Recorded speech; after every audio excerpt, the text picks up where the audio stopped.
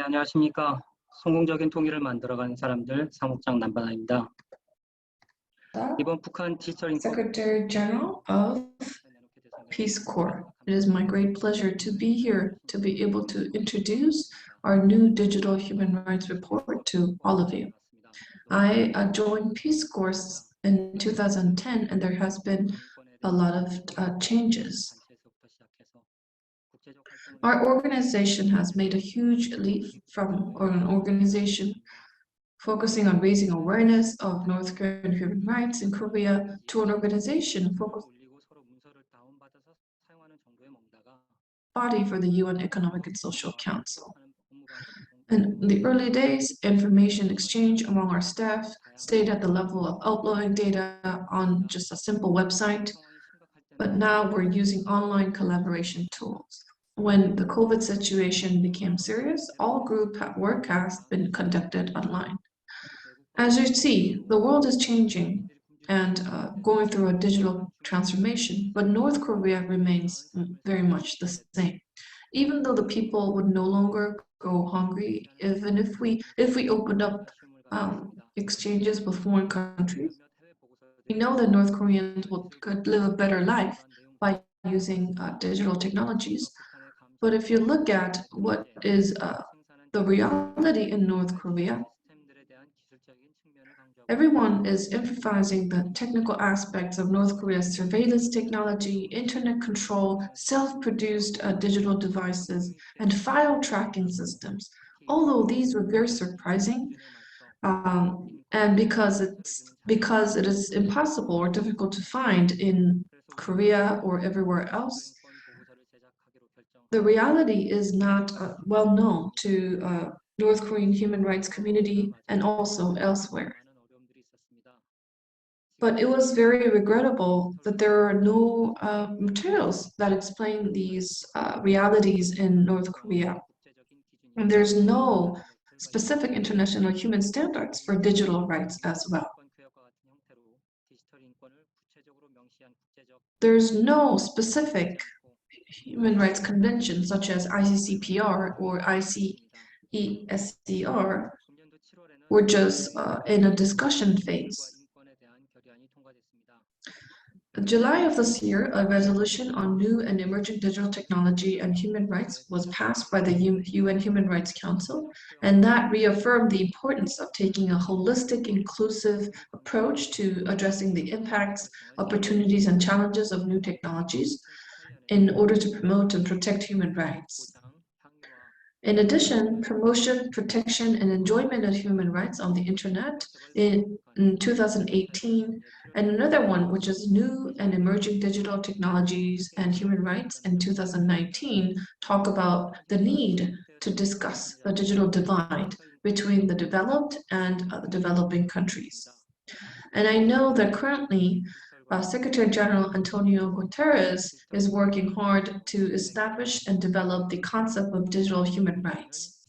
In 2018, high-level panels related to digital from all over the world were convened and had a large-scale meeting on the topic of digital cooperation as well.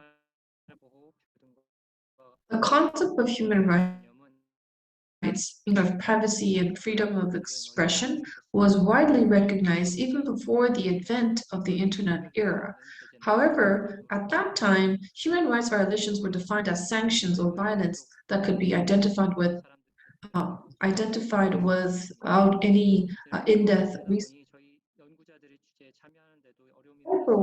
or virtual digital options were not one of the elements that would form human rights.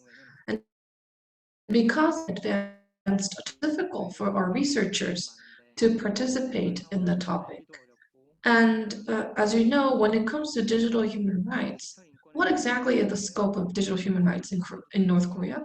Or what aspects of North Korean human rights should be covered? These are two questions, were the ones that and because we're full of foreign researchers, it was difficult to understand the situation in North Korea very well. So we invested a month or two just to define our own internal definition of digital human rights And now we're putting up this report for the first time. And this is actually the third version of a report. And we spent about 2 years to complete the report. In the past, we talked about IT, which is short for information technology. But these days, we talk about ICT. Communications is located in between information and technology. This shows how important it is.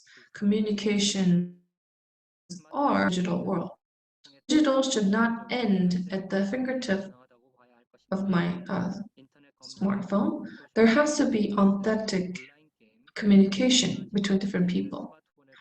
If smartphones do not feature internet search, social media, online games, or Wi-Fi, this is not just a matter of inconvenience. This means that the digital environment is not properly set up.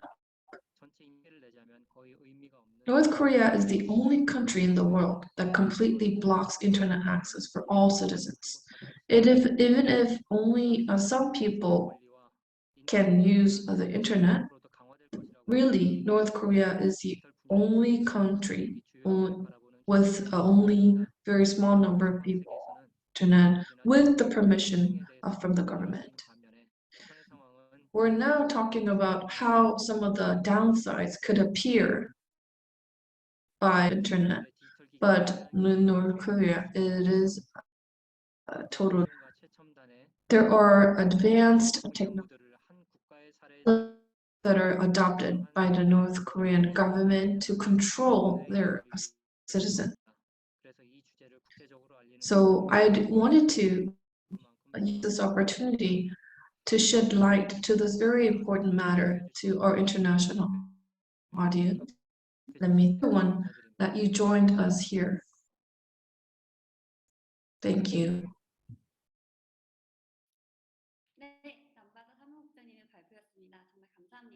So that was a great presentation by Pada Nam, and now I would like to pass the microphone to Christina Coombs, who is the main researcher for the Digital Rights Report.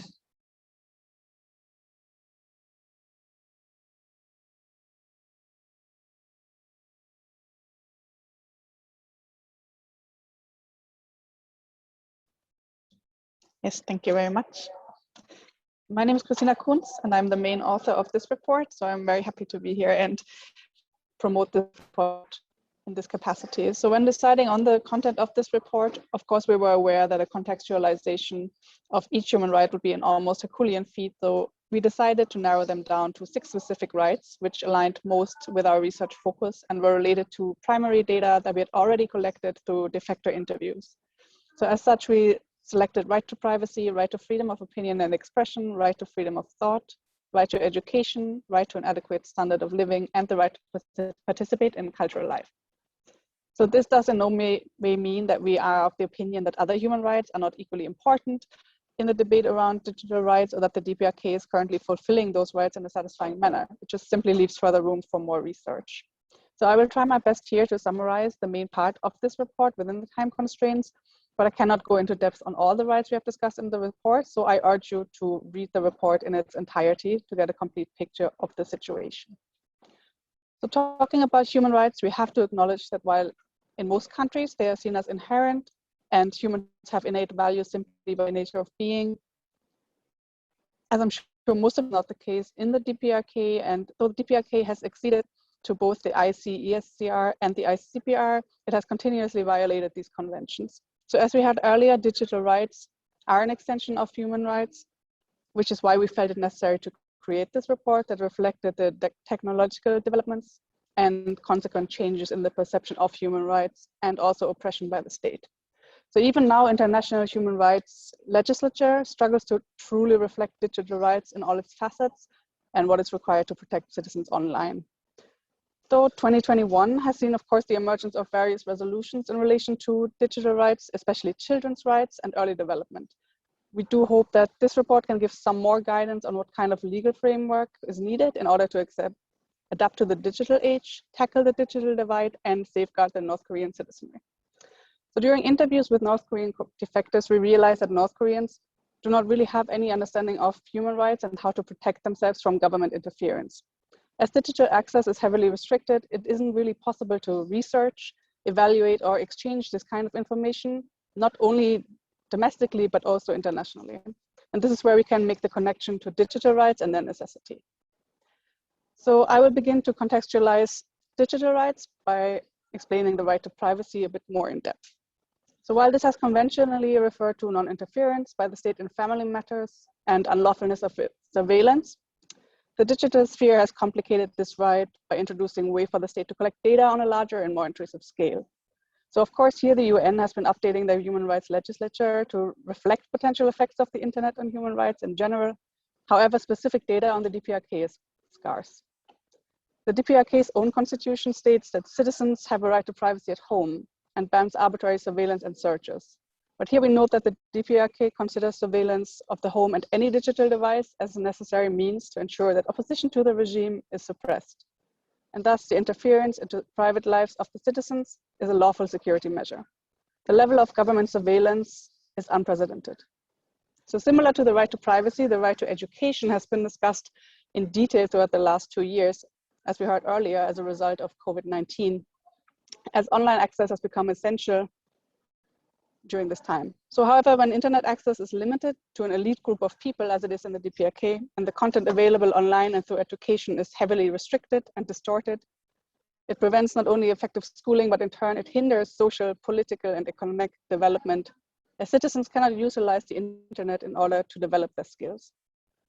Consequently, a restriction of the right to education directly influences quality of life, life expectancy, health, the ability to form independent thought, etc. Our report goes into way more detail than I can cover today, so please do take a look at it later. But I want to move on to some more of the human rights that have maybe not been considered from a digital angle before.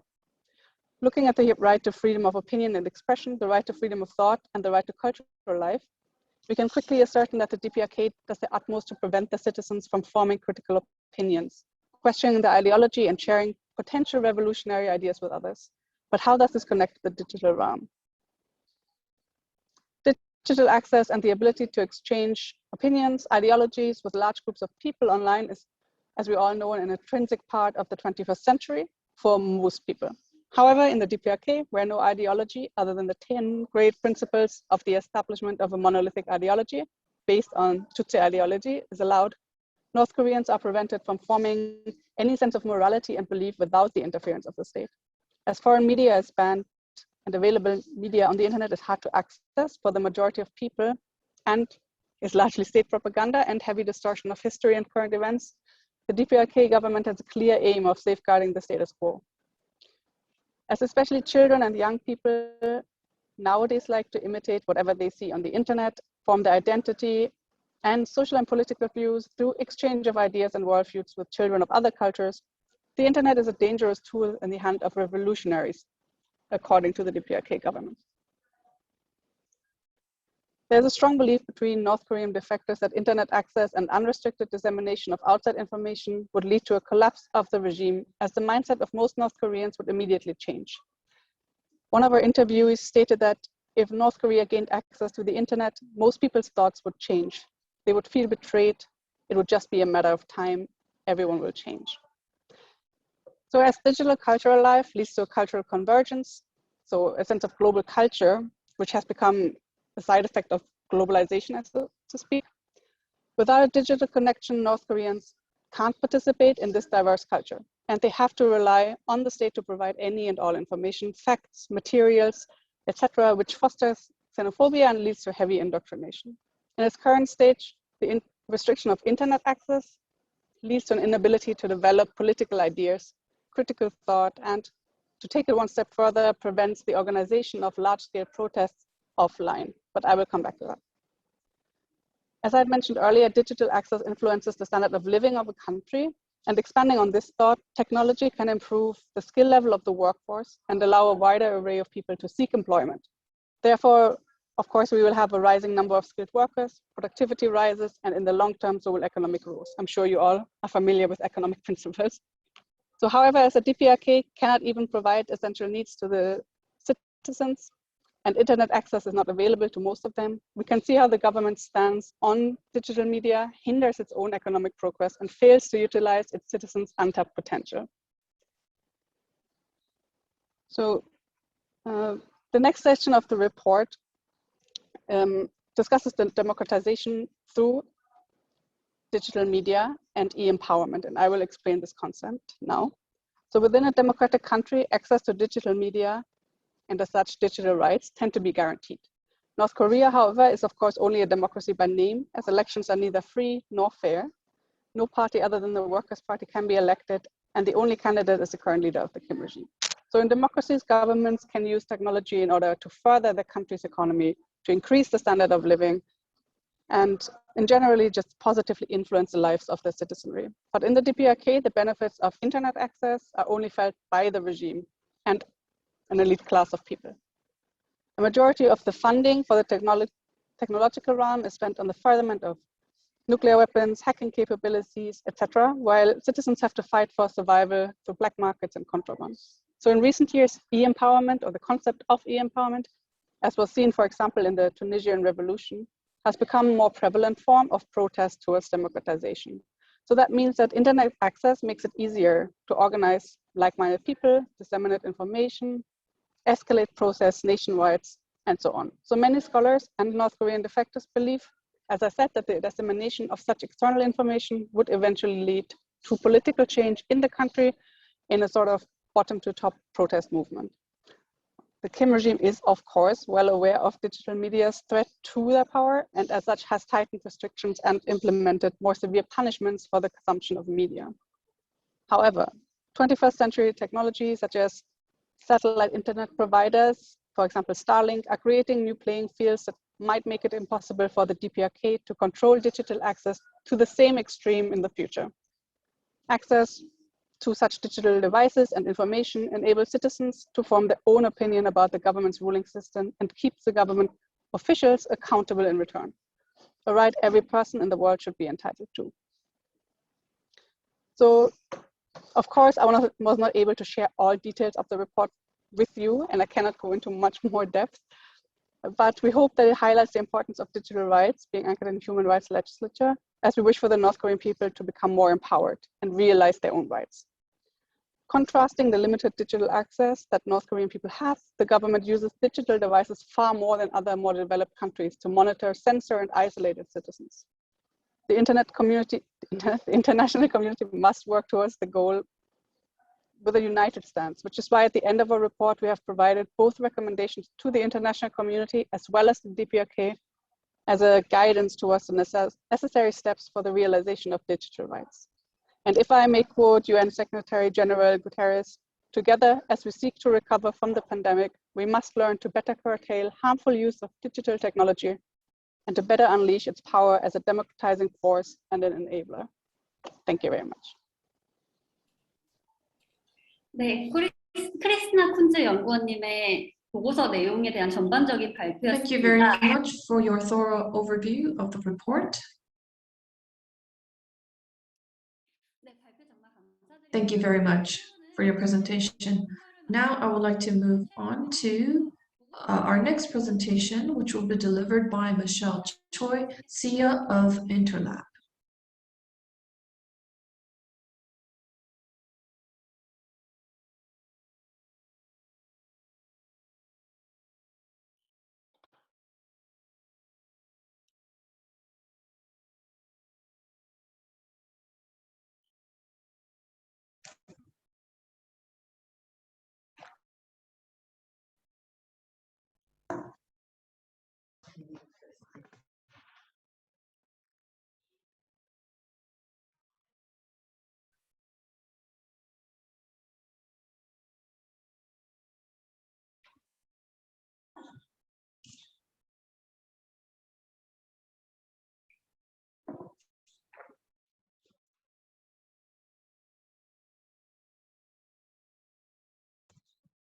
네, 안녕하세요. 아시아적인 디지털 인권 보호 및 증진을 위해 활동하는 Hello, everyone. My name is Minho Choi, who's in charge of technology at Interlab, a civic group that works to protect and promote digital human rights in Asia.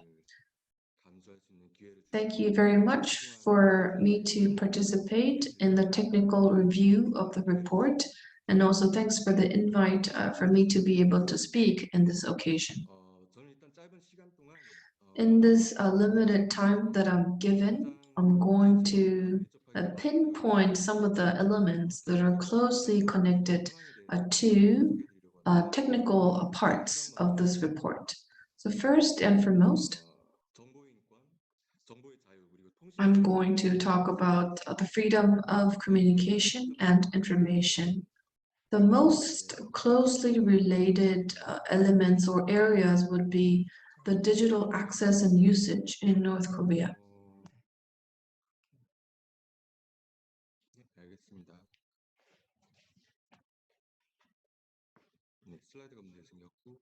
Sorry, there was a minor error when it comes to screen share. So when it comes to freedom of communication and information, I would say we need to look at internet access. In North Korea, only a small number of elites or foreign correspondents or embassy staff can access the internet, and also the libraries of top universities offer the internet, and the internet access device or computers, whenever students use them, there is surveillance happening. There is a person who controls and monitors what you do. So only in a limited environment you can access the internet. And next, I would like to move on to intranet. Now I'm going to simply compare what is the difference between intranet and internet. As you all know, there's no limitation when it comes to accessing the World Wide Web if you use the internet. But intranet is a closed network. Only insiders can use the net. So, for example, you can compare this to like an intranet of a company or the net where only military personnel can access. So, in North Korea, intranet is being used so that only insiders can use it, or we can't connect to the outside world using the internet. Only college students, Pyongyang residents, or government staff are now utilizing the internet. What they do is they can subscribe to a plan to go to the internet, or they go to an internet cafe or public libraries or a post office. But no outsider can access the intranet, and the websites that they can go to or visit are just propaganda media and some media outlets, shopping malls and portals, but these websites have to get an approval by the North Korean government to be able to exist on the internet. Of course, there is some screening process in other countries because the government wants to make sure that there is no violent or sexually perverted content to be distributed. But the screening standards of North Korea is not clear, it's not transparent, and the punishment is very, very heavy. As a result, I would say that the North Korean intranet has a possibility of shrinking freedom of expression. And now I would like to move on to privacy of North Korea. If you look at the OS, the operating system of North Korea, they use the Red Star OS for PC, which is distributed by partially modifying a Linux operating system, which is similar to Windows. The Android OS for smartphones and tablets that are permitted to be used in North Korea are the core function codes of these operating systems. and they're installed in the device default, and there is a function to detect and turn off the power of the device remotely too. And also there's a delete, reboot, restoring system. So only even a smart part of the change is detected, they can automatically shut it off and disable the usage.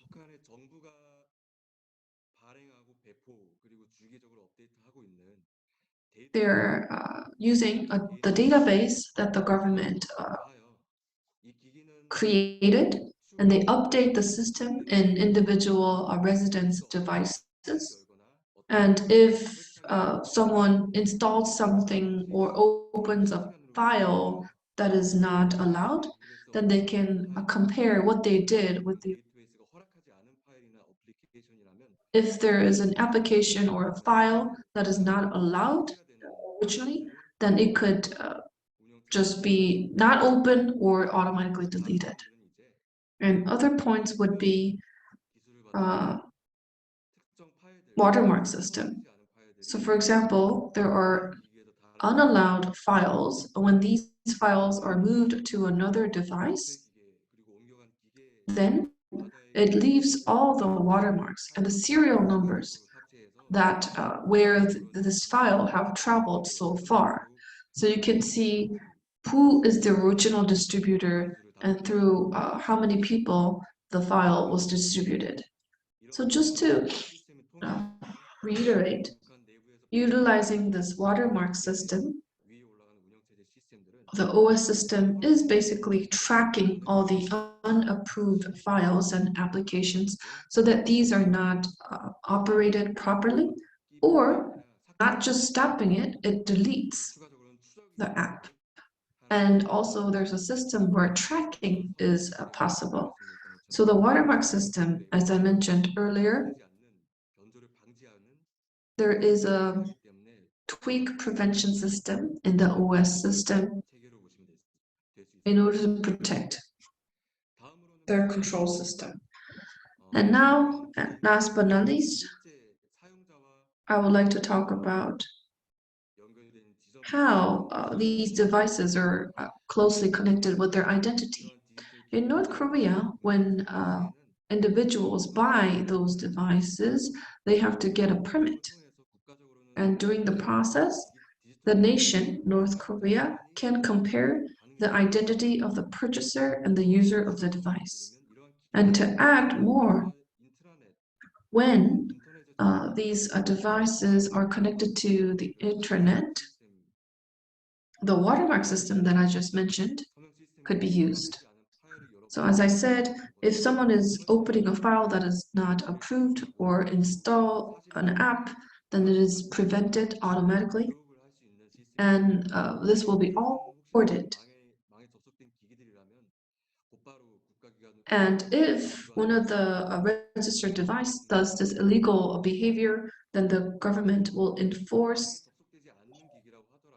Even if a device is not connected to the internet, which is not connected to their North Korean web, controllers or supervisors would just randomly raid and come up to you and screen the device to see whether there is any unauthorized, unapproved device being distributed or being used. There is a process that's set up within North Korea.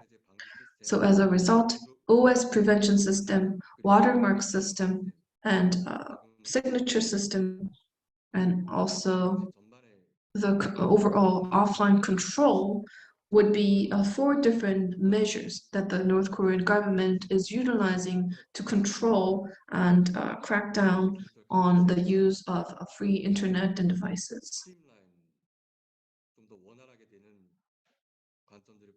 These 4 measures are adopted to streamline their control measures and systems, and this is closely connected to the freedom of the right of freedom. So just to summarize, even if internet, so-called internet is there, which is called a North Korean internet, it is very limited, and there is a bridge of privacy and freedom of expression. they can always be monitored by the government. Even if they have their own individual device, it is a very limited environment. They can only install or look at pre-approved materials or apps. So in the sense of human rights, it is no way similar to unconventional or ordinary individuals' access to the internet that we think of. It is not being used in a way to enhance the freedom of an individual. And if you think about digital rights and freedom of data, freedom of communication, and privacy rights, those rights are not protected.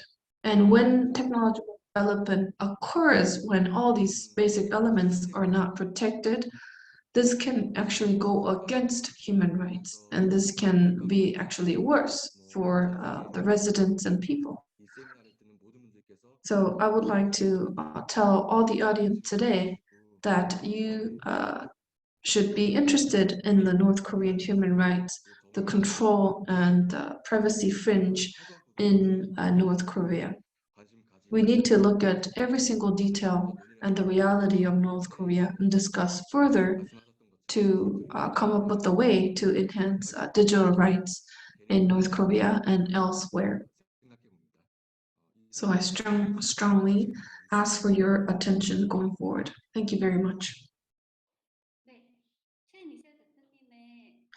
Thank you. That was a presentation on digital rights of North Korean residents, focusing on technological environment.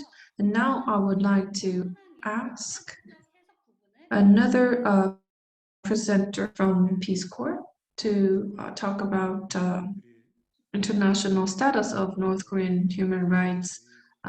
Please let me invite Mr. Kim once again. Many of the presenters talked about technologies or the general environment of North Korean residents. But now I would like to look at the legal aspects of North Korea. As you all know, from the international law's perspective or domestic law perspective, elements that cover digital rights when we handle human rights. However, if we are to define digital rights, then I think we have to think about that we can say that digital rights are defined as the human and legal rights that allow individuals to access, use, create, and post digital media, or to access and use computers and other electronic devices and communication networks. And UN also talked about some of the rights of individuals to access digital technologies. So on July 7th this year, this 47th session of the UN Human Rights Council was held, and it talked about promotion, protection, and enjoyment of human rights on the internet. And number one, the same rights that people have offline, especially freedom of expression, is stipulated in Article 19 of the Universal Declaration of Human Rights, and the Covenant on the Rights of Human Rights must be protected online as well. Two, it is firmly condemning human rights violations against those who exercise their rights on the internet. And all states must ensure that the violations are held accountable and the victims have to be remedied. And especially, it talked about women or those who work for the public when there is violence, sexual violence, or discrimination or hatred against them. Then this infringement of human rights have to be eliminated. And in addition, open and globalized internet access will contribute to achieving SDGs, Sustainable Development Goals. This is a great growth force for many different areas. And even because we're in the COVID-19 pandemic, the marginalized and the needed will need extra help when it comes to the access of the internet so that their health and social economic attacks are well addressed and there is no digital divide or gap for the marginalized. And all states and everyone has to be provided with human rights. And we have to cover all the marginalized and the needed in order to bridge the digital gap and divide. And we have to increase the use of technologies. And we have to utilize the matter of education so that internet can be easily accessible and usable to other people in an inclusive manner. As a result, digital technology access can be provided to more people, to enterprises, civic society, individuals, and all stakeholders have to discuss the matters together. And if there is an infringement of international human rights law, and if there is the closure of the internet or the online screening, all these measures that go against the spread of the internet have to be strictly condemned, and all countries have to be away from such measures, and domestic laws, policies, and practices have to respect the freedom of expression and freedom of gathering and international human rights principles related to online so that safety is secured. And all countries have to abide by the law, the rule of law, and utilize domestic transparent organizations to respect international obligations to protect human rights, including the freedom of expression and other elements of human rights. And the Secretary General talked about the digital divide. Even though the digital era started a few decades ago, the digital gap and divide is something that we haven't resolved. So the UN has a goal to make sure that all individuals can safely and easily access the internet by 2030. And he said he will work hard so that all school kids can access the internet everywhere, all over the world.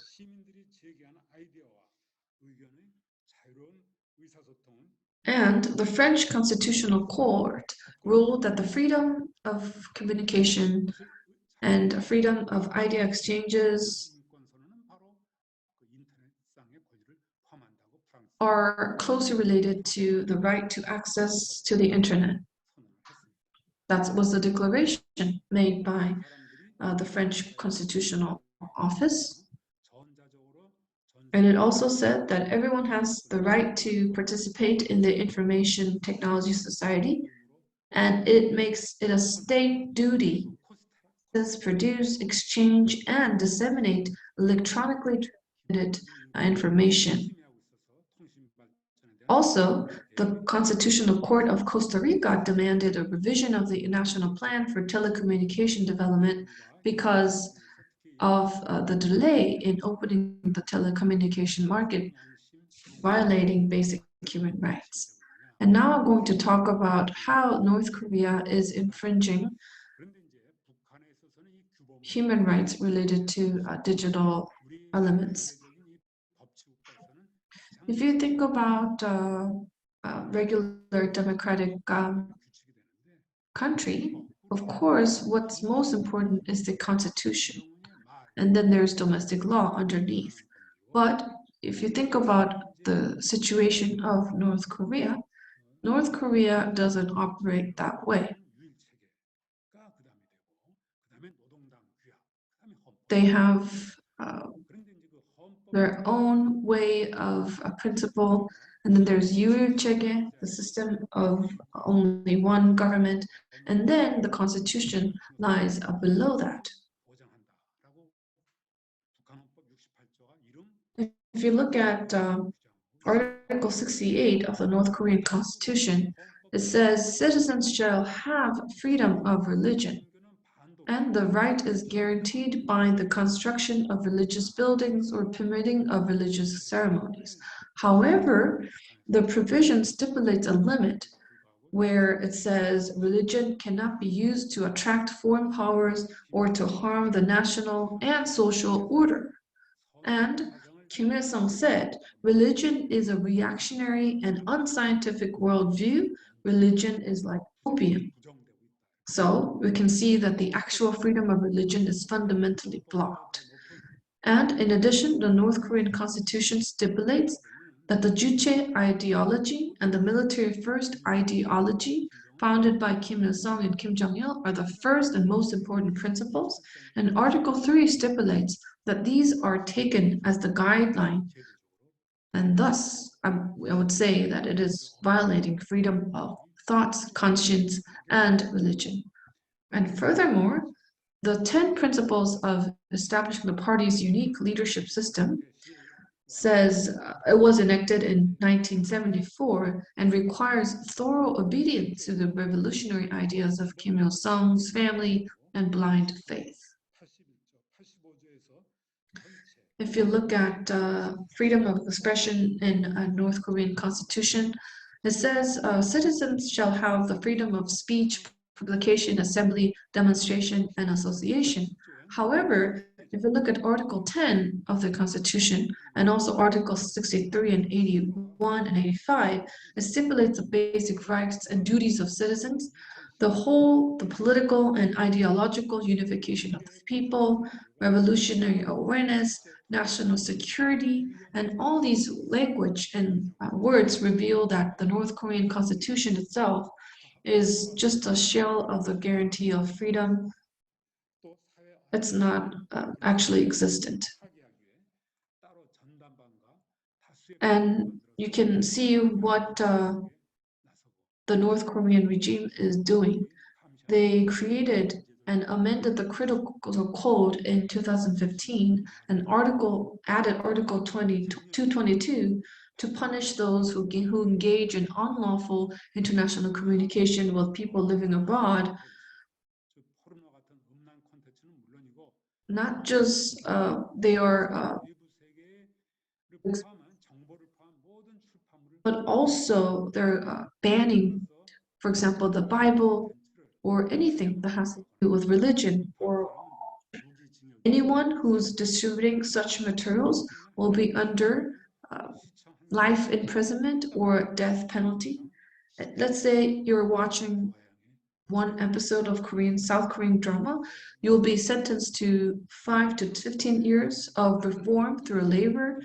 And in 2021, August, the U.S. Special Rapporteur on Human Rights in North Korea and the Special Rapporteur on Extrajudicial Summary or Arbitrary Executions and the Special Rapporteur on Freedom of Expression sent a letter to the North Korean government because it is too harsh to provide a death sentence just for this trivial exposure to external media. He also expressed concern about the punishment and urged for improvement measures, but there has been no response so far. Whether it's day, whether it's night, all these screeners would come and raid your house and will check everything that you own. The law and the principles are totally different from the actual reality of North Korean residents. As a result,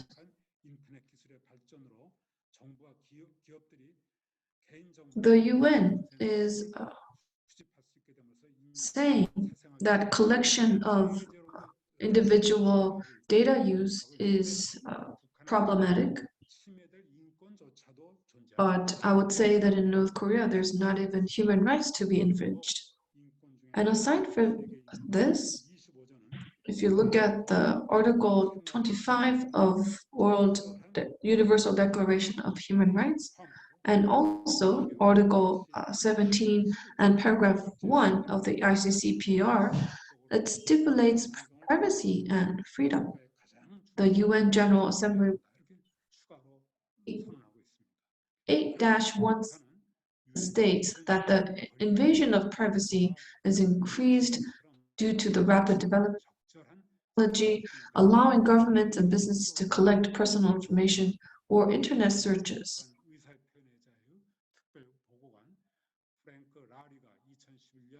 In 2011, if you look at the report that was written by Frank Laurie, Internet connection is a human right. All countries have to work hard to promote economic development, and public service has to be accessible to residents.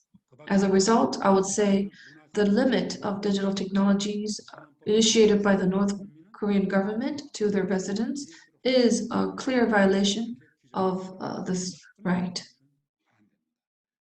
If you look at the cultural participation of North Korean residents, Article 74 of the North Korean Constitution stipulates that citizens have the freedom to engage in science, literature, and arts.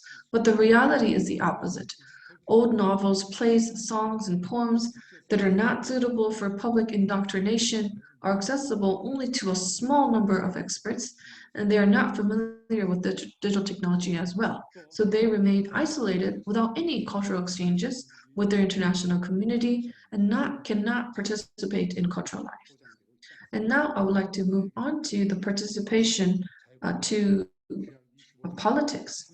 If you look at Article 1 of the Universal Declaration of Human Rights and Article 75 of the ICCPR, there is a protection of the right to vote. However, Article 4 of the North Korean Constitution denies the principle of universal elections. So it doesn't include all people. They only give the voting rights to white-collar workers who work for the party, who works for the government.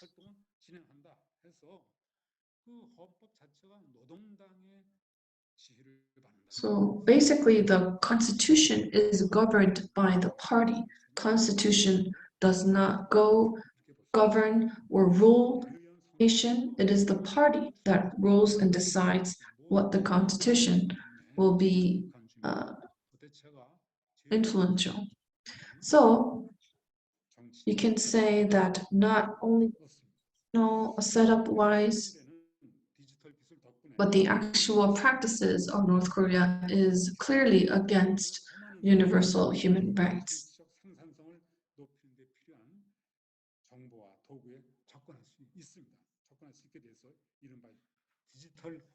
Now you can see what is happening in modern times. Thanks to digital technologies, more people and groups have access to the information and tools that they need in order to increase their political productivity.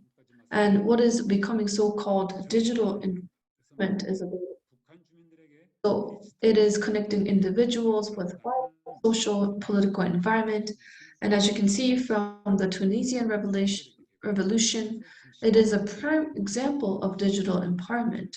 Tunisian citizens collaborated with one another by using the technology to show their country's aspirations for a new political structure.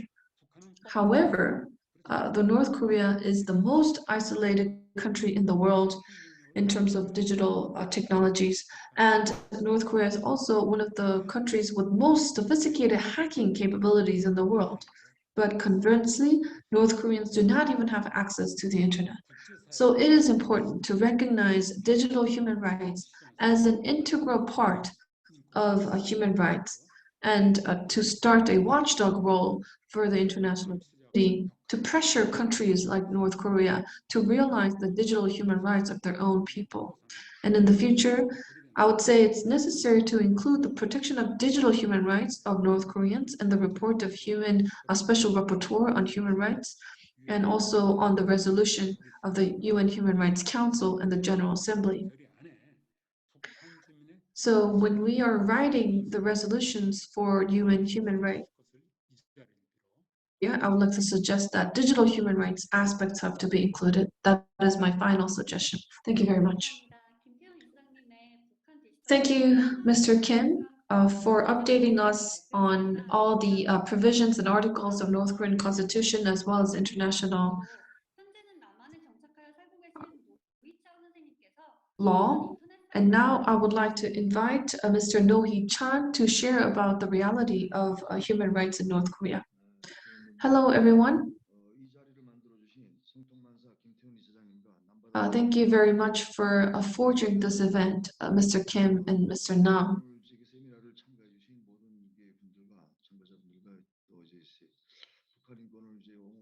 Thank you, everyone, for joining us today. Thank you for being interested in the digital human rights of North Korea. Currently, I am working as a president of North-South Hana Development Institute. And on December 13th, 2013, due to the so-called Jang Song-taek incident in North Korea, at that time, I worked as a party secretary in the Central Party Administration's External Construction Guidance Bureau. And because of this incident, I had to flee and leave North Korea, and I came to Korea. And now I would like to talk about the internet use of North Korea. Since 2012, the introduction of control of the internet was adopted. This is not to communicate among one another. It is to make sure that they archive and record all the historic happenings of the Kim family.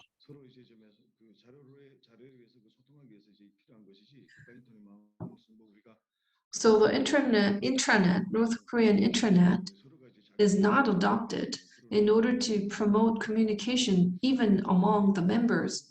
It was introduced so that the Kim family's history can be accurately recorded and distributed. And no individuals can access this internet.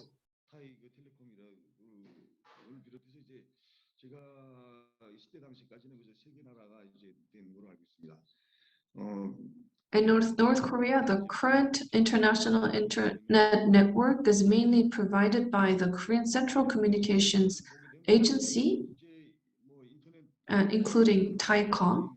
And there is a theory that some foreign media can use the internet in Pyongyang, but even foreigners can use it in their embassy, but it is completely impossible for North Koreans to access the internet. And if, let's say, there are foreigners who trade with North Korea, they can have a person in charge and they can use it into a certain extent after getting the review and approval from the Central Party. And also the use has to be registered in the National Security Agency too. So for example, although companies such as Seogyung Company under Office 39 of the Central Party are doing international trade businesses, not the entire institution can use the internet, but only one department can use the internet, and it's called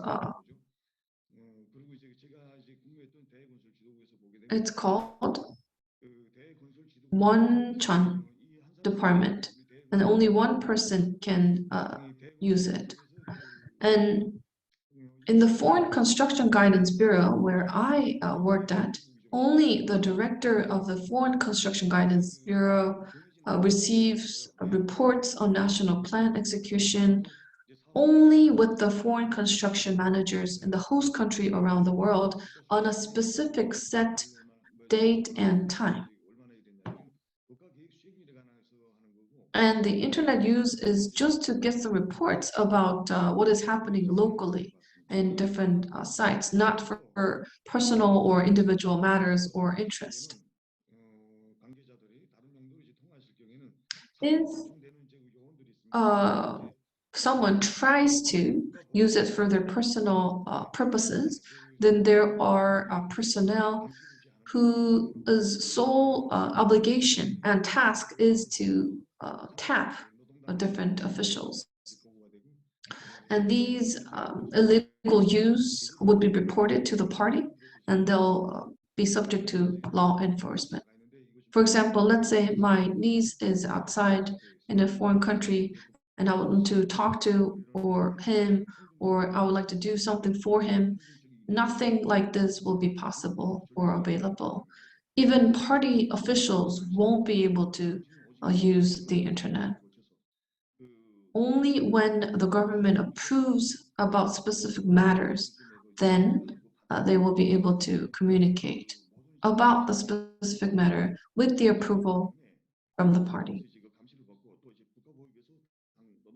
Not just the party department that is providing the supervision, but also the National Security Agency is the one who will be constantly monitoring individual calls with foreign locations.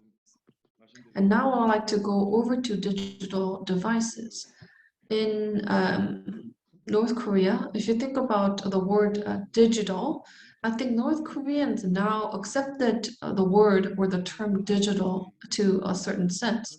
So for example, the use of computer-based sound equipment or photography or all these tablet PCs or computers, these devices are well known among those with money and power in the North Korean society. And now many and they really want and desire to use those state-of-the-art technologies. And you know, there are some YouTubers in North Korea too. And if you look at and watch those YouTubes, there are some fancy devices that are used by North Koreans too.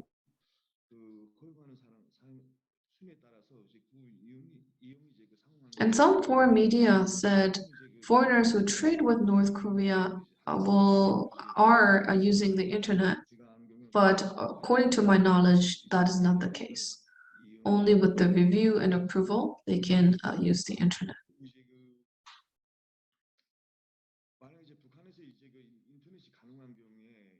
And I feel like even if some laymen or individuals are using the internet, I would say the level of usage according to their social status.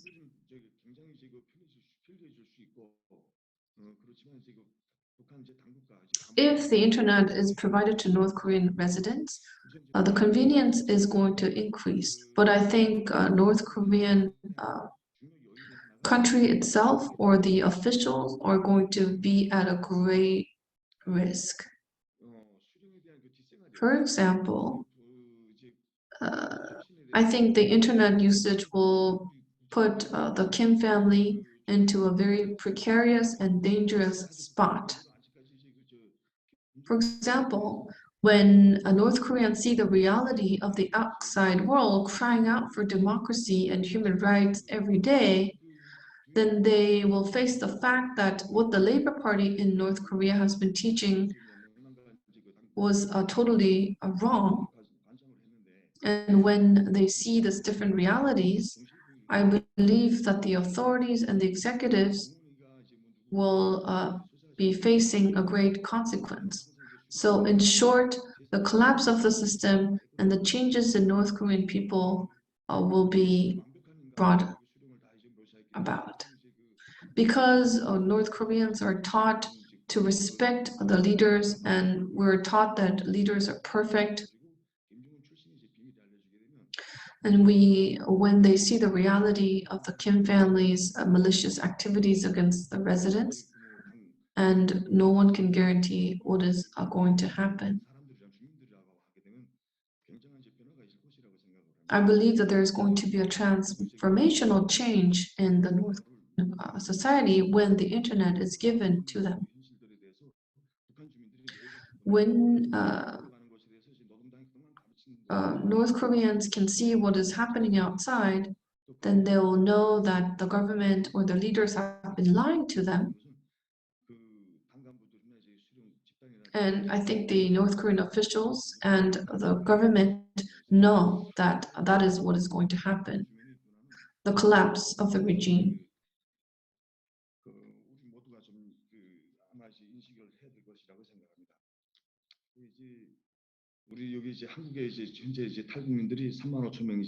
And there are 35,000 North Korean defectors living in South Korea, and the first thing that they face after moving to South Korea is the internet world. When they come to South Korea, they don't know anyone. They learn about South Korea using the internet. And the first thing we realize is that human rights and democracy were not existent back in North. They feel a great sense of betrayal about the Kim family, the North Korean regime, and all the North Korean officials. So basically, in North Korea, we are taught that capitalists or capitalist society or the leaders in capitalistic countries are not interested in the wellness of the residents and the people. We learn that they are in a very dire situation. They're starving. They're just being used as slaves for the leaders.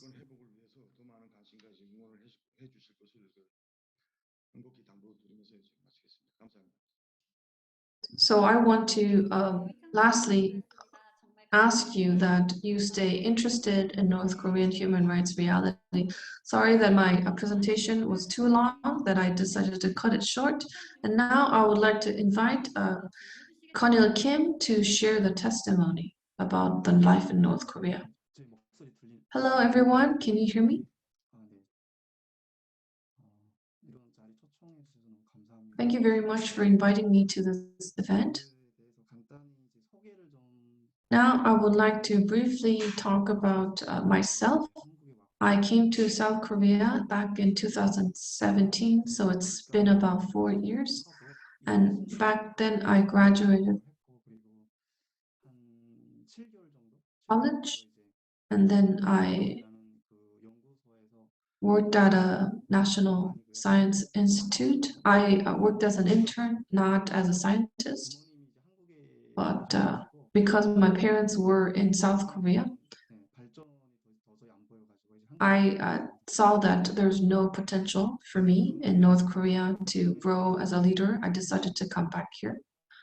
And as everyone covered about the reality of internet use, maybe I'll just skip this part. I would like to just maybe talk about how college students in North Korea are using the internet and the level and the sophisticatedness of digital devices and the opportunities to be exposed to media. And also the Watermark System was mentioned by Michelle Choi, and I'm going to talk about maybe 3 different points about that. Back in 2010, I think from 2010, cell phones were distributed in the North Korean society, and among college students, I would say since 2012, 6 out of 10 people had mobile phones. That's what I believe. And when it comes to laptops, from 2013, most of us had laptops. And laptops, tablet PCs, yes, these digital devices were circulated among us. And we cannot access the internet that you think of. Only, let's say there is an international contest, like biannual event, if you're going to participate in this programming competition, then you are allowed to go to the library to access the internet so that they can participate in the coding contest. And also, for the digital devices, there are around 3 devices: tablets, laptops, and cell phones. Those 3 are the available options. And the OS is, as I said, as someone said earlier, the red star is, I would say the red star is not used. It's not really used, so that is why Word, Excel, PowerPoint are available. I was able to use them. And also, for the multimedia access, for example, access to Korean dramas or some of the cultural content, especially college students, there is a strict punishment because they know that college students are very trendy, and they know that college students are going through some worldview change, and the North Korean government is afraid that this will be a risk to the regime. So assuming that we will consume those content when, like after classes, the North Korean regime would not let us go out of the campus unless there's like a personal official meeting. You can't go out of the campus. There's no free time allowed in the afternoon. You have to get an approval or permit to go off the campus. However, among the students, if they're wealthy, if they have some personal connection to the party, then they can just get away with the control, and they would come and they would consume South Korean songs, movies, films, and also Hollywood movies as well. And I also watched a lot of them, and I was afraid that I'll be suspended or kicked out of the school. What they did, I thought, if you watch a movie, then you're just kicked out and you'll be under law enforcement. So I was very, very discreet, and I was afraid. But if you have like a close connection with high-ranking officials in the party, then let's say you're caught, then you know that your family is gonna protect you, then they will be okay. So basically, in our college students, we would say, if you don't have a personal connection, then you're not allowed to watch it. But if you do have those personal connection, you can. And I would say, I want to emphasize 2 points. So if you want to watch media content, then you have to have a USB card or SD card, or like a memory device that will be connected to a tablet PC. And among college students, because this is so rampant, all laptops, tablet, PCs, cell phones, SD cards have the backside that has the serial number provided by the government. And I think up to when I was junior, there was no such system. But after I became a senior, at that time, I think there were 3,000, 5,000 college students. Digital access exponentially grew, and they know that many of them were watching content. They decided to adopt the serial number, identity, like the name and the department, whether it's a first grade, second grade, third grade, or a fourth grade people, like all those identity, personal identity was recorded on the back of the device. In North Korea, social media is not, email is not available, and all communication, laptops and SD cards are on offline mode. So the data exchange cannot happen in an open public space. So North Korea is using USB memory cards very, very heavily. That is why they decided to put the identity on USB cards. It has to be your affiliation, like what party, what organization has approved the device is marked on the device. If the device is not does not have the official serial number, then the government has the right to confiscate the device.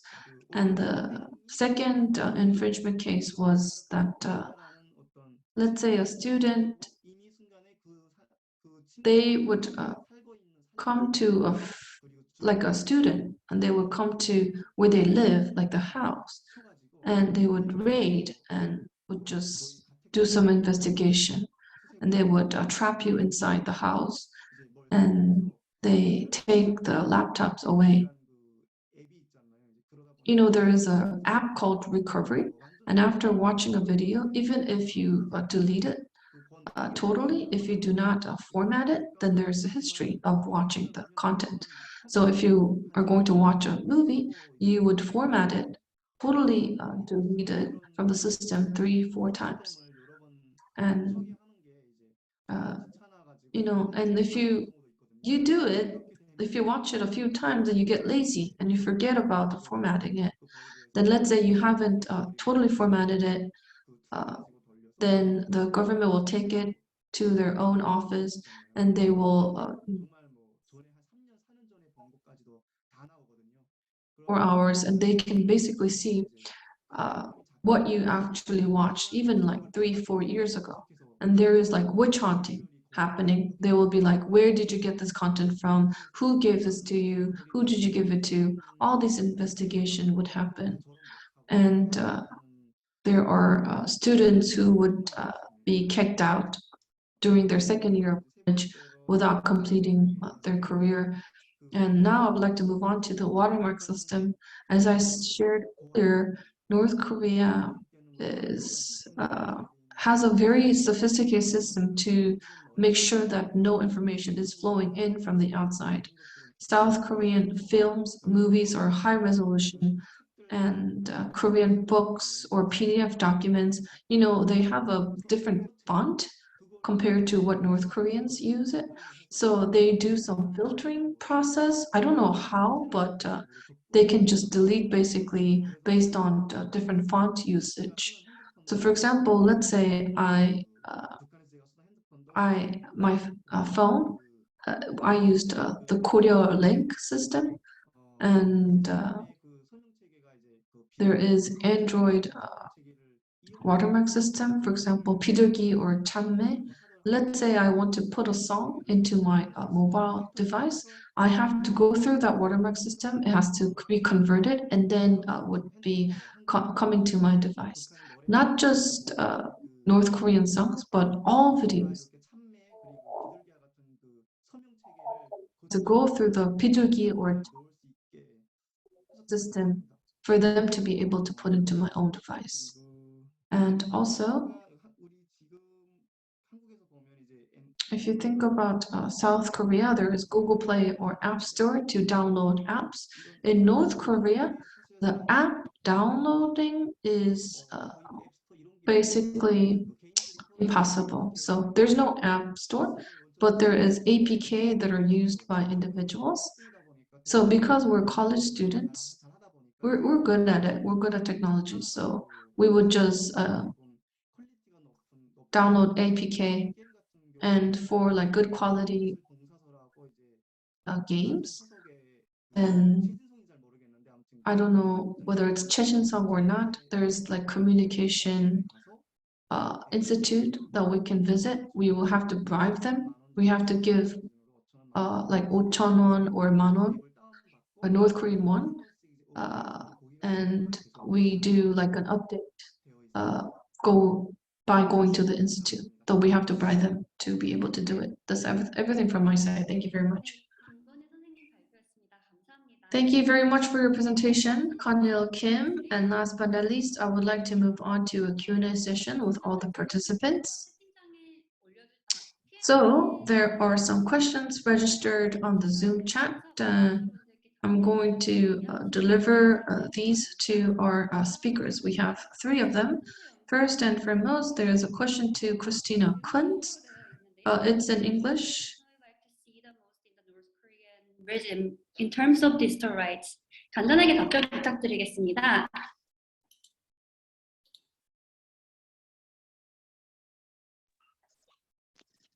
Okay, I will try to answer this relatively quickly. So I think it's quite a complex question, but my immediate answer to this would simply be that, first of all, we hope for, of course, an opening of the intranet system into the global internet system, so that North Korean citizens can actually realize their own rights and understand their place in the global community, and then understand human rights as a concept themselves, and therefore maybe potentially have a political or civil revolution, and then in that sense from the citizens themselves, and then through that maybe a change in the regime. That is the most basic way I can answer this, I think. 네, 빠른 답변 감사드립니다. Thank you very much for your quick response. We have our second question as well. So I know that it is very difficult to give or send content or data into North Korea, but what about maybe securing some capabilities to build or create content on their own? Is it possible for North Korean citizens to develop their own digital technologies without avoiding the control and monitoring of the government? And is there anything that we can do, international civil society, to contribute to increasing the digital capacities? Can I answer this? Yes, please. So if you think about North Korea, the biggest punishment would be being killed, right? But watching is bad, watching is forbidden, but like distributing is much worse. Let's say, you know, Squid Game, not the person who watches it, but the one who distributed it was killed recently. So if you distribute it or create the content yourself, then your whole family could be killed.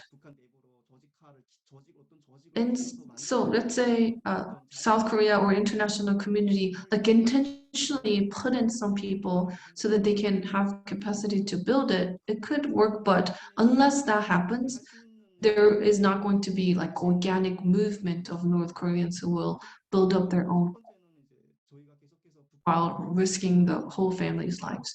And also, when we say human rights, and I think like pressuring North Korean regime is necessary so that they can take care of their people better. And just like Christina shared, you know, Starlink is now providing a technology so that they can access it outside a connection. So, you know, now North Korea is using super short wavelength, right? And even like when the society is closed, if there's an option where they can connect to outside world, if there's a technology that is not going to be filtered by the North Korean regime, if there is some sort of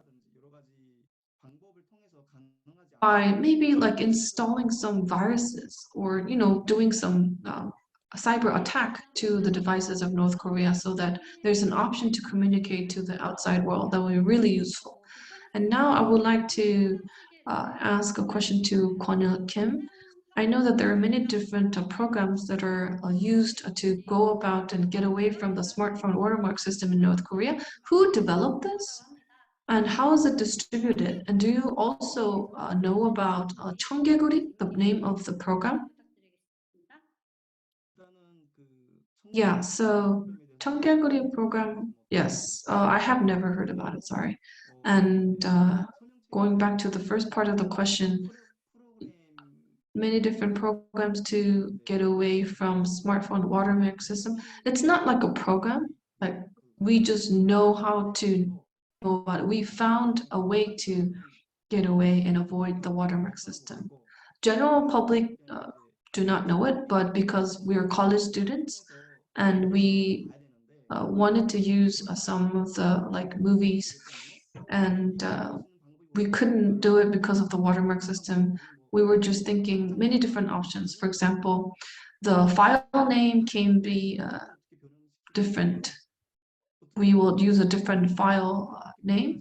At the end, we would convert this video file into a different format so that it doesn't go, so that the watermark system, the 비둘기 or 참매, do not recognize that there is this file. So because the system recognizes as an authorized file, then it just goes through the watermark system. So it's not like we're not going through the watermark system. We just make the settings so that the files are recognized as a proper file that is already approved by the government. So they're just little tricks that we use. Thank you very much for the answer. And I have another question registered.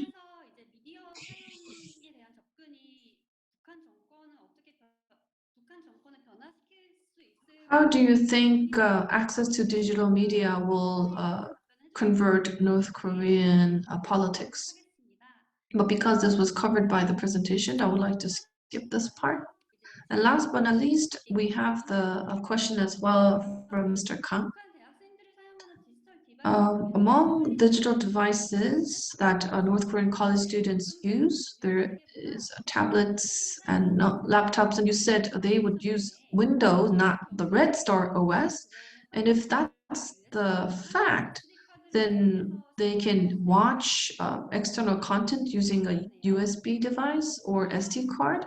If this is true, then I feel like North Korean regime would crack down on the use of Windows OS users. How do you respond to this crackdown? This is the last question. Yeah, so Windows OS use is not controlled because different tools, apps, you have to use the Windows to use Excel or PPT or Word. So this, let's say C++, which is my major, or C#, all these computer language has to be relying on the OS, Windows OS system. If Windows is not allowed, then we can't really learn what we learn. But and also Red Star OS is not good enough to replace Windows. But what's good is from security perspective, the original codes are not in the security agencies. I think use this Red Star, I think. But and moving on to the second part of the question, whether we can use USB or SD cards to watch external content. Yes, we do. We use USB.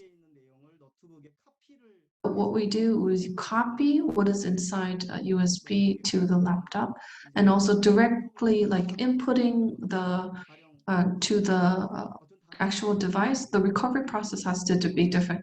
So if you just directly input the USB, then when you try to watch it, then the name is can be converted. So let's say it's a Korean drama, Secret Garden, for example, then we can just rename it to North Korean movie, and when you recover it, then all you can see is the name, not the screen or the actual movie itself. But let's say if you directly input the USB card to your laptop, when you recover it, you can see what the video was.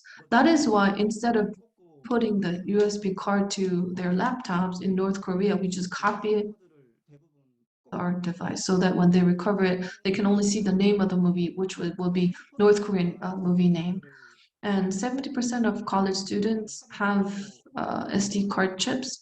And I would say 70% of them use it, and the rest 30%, the ones who are okay because they have a strong connection with the party, then they just use USB and they just do whatever they want. Yeah. 네, 자세한 설명 감사드립니다. Thank you very much for your detailed answers. So I would like to conclude the Q&A session and also wrap up today's event. Last but not least, I would like to announce how you can access the report that we published on our PSCORE website. You can download both the Korean version and the English version of the report. If you go to recent reports section, you'll be able to see it.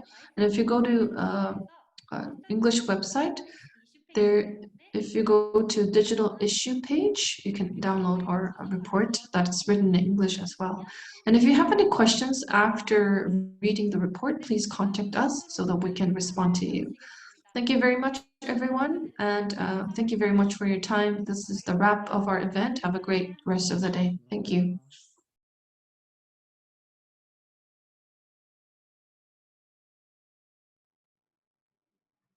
수고하셨습니다. 네, 발표자분들 너무 오늘 수고 많으셨습니다. 예, 사회 보신 분도 수고 많으셨습니다. 감사합니다. 저희 나가도 될까요? 아, 네, 나가셔도 됩니다. 네. 줌 미팅 종료 부탁드릴게요.